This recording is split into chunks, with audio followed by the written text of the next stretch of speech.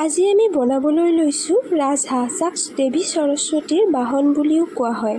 দেখাত শান্ত প্ৰকৃতিৰ ৰাজহাঁহে সাঁতুৰিবও পাৰে আৰু 95 কিলোমিটাৰ প্ৰতি ঘণ্টাৰ স্পীডত উৰিবও পাৰে। নহয়নে আচৰিত? হেল্ল' এভৰিৱান, মই পুনমে আপোনালোক সকলোকে মোৰ নতুন ইউটিউব চেনেল ক্ৰিয়েটিভিটি উইথ পুনমলৈ স্বাগতম জনাইছোঁ। দেৰি নকৰাকৈ আৰম্ভ কৰোঁ, লেটছ গেট ষ্টাৰ্টেড।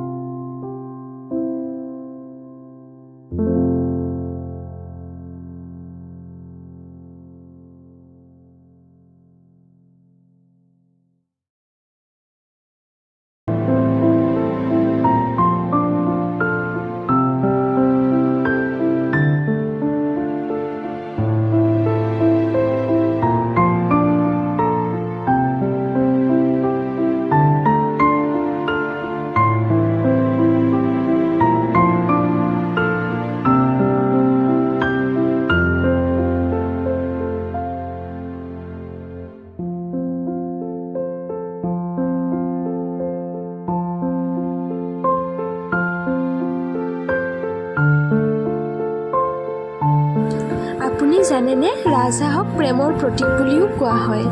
ভাৰতীয় সাহিত্যত ইয়াক বহুত বিবেক থকা চৰাই হিচাপে ধৰা হয়। একেবাৰে কম সময়তে আৰু অতি সহজে কাগজেৰে তৈয়াৰ কৰা ৰাজহাঁহটো কেনেকুৱা পালে কমেণ্ট বক্সত কমেণ্ট কৰি জনাব দেই। ভিডিঅ'টো যদি ভাল পালে লাইক কৰিব এণ্ড প্লিজ ছাবস্ক্ৰাইব কৰিবলৈ নাপাহৰিব। থেংকছ ফৰ ৱাটছিং। Thank U.